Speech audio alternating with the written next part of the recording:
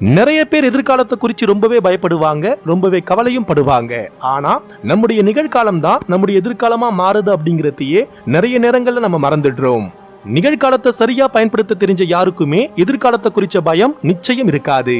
நம்ம மனசுக்குள்ள ஒருவித பயமோ கவலையோ குழப்பமோ ஏற்படுது அப்படின்னா காலம் நமக்கு ஏதோ ஒரு வகையான எச்சரிக்கையை கொடுக்கறதுக்காக தான் அந்த விதமான உணர்வுகளை நம்முடைய மனசுல கொண்டு வரதா நாம நினைச்சுக்கணும்.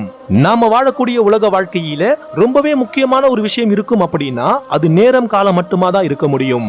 இன்றைக்கு நமக்கு இருக்கக்கூடிய நிகழ்காலத்தை நம்ம சரியா பயன்படுத்த தவறிட்டோம் அப்படின்னா அதுவே நம்முடைய எதிர்காலத்துல நமக்கு எதிரானதா மாறிடும்.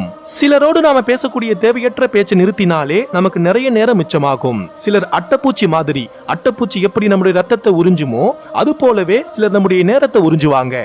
வெறுமனே சமூக ஊடகங்கள்ல ரீல்ஸ் ஷார்ட்ஸ் மூலியமா தான் இன்றைக்கு பலருடைய நேரங்கள் வீணாக்கப்பட்டு இருக்கு. நம்முடைய நேரத்தை வெறுமனே வீணடிக்கக்கூடிய எந்த ஒரு விஷயங்களுக்காகவும் நம்முடைய நேரத்தை நாம செலவழிக்க கூடாது. நாம என்ன நினைக்கிறோம் பாத்தீங்கன்னா சமூக ஊடகங்கள் அத்தனையுமே நமக்கு இலவசமா கிடைக்குது நம்ம நினைச்சிட்டு இருக்கோம். ஆனா விலை மதிப்பில்லாத நம்முடைய நேரத்தை தான் ஒவ்வொரு சமூக ஊடகங்களுமே நம்ம கிட்ட இருந்து திருடிக்கிட்டு இருக்கு. இங்க ஒரு பெரிய கூட்டத்தை ஏமாற்றி அவர்களுடைய நேரத்தை திருடித்தான் ஒரு சிறிய கூட்டம் பெரிய வாழ்க்கையை வாழ்ந்துட்டு இருக்காங்க. பொழுதுபோக்குல இருந்து அரசியல் வரைக்குமே இது பொருந்தும். நம்முடைய வாழ்க்கையில எந்த ஒரு நொடியில நம்முடைய நேரம் ரொம்ப முக்கியமானது, நம்முடைய வாழ்க்கைக்கான அடித்தளமே அதுதான் அப்படிங்கன்னு புரிய ஆரம்பிக்குதோ அந்த நொடியில இருந்து தான் நம்முடைய வாழ்க்கை உயர ஆரம்பிக்கும். நம்ம வாழ்க்கையில நம்ம வளரணும், வாழணும், முன்னேறணும் அப்படின்னா வேற எதுவுமே நம்ம செய்ய வேண்டாம். நமக்கு இருக்கக்கூடிய ஒவ்வொரு நொடியுமே சரியா நம்ம பயன்படுத்தினாலே போதும். ஒரு தவறை நாம செஞ்சிட்டு திரும்பவும் இந்த தவறை நாம செய்யக்கூடாது அப்படின்னு நிறைய விஷயங்களுக்கு நம்ம யோசிப்போம்.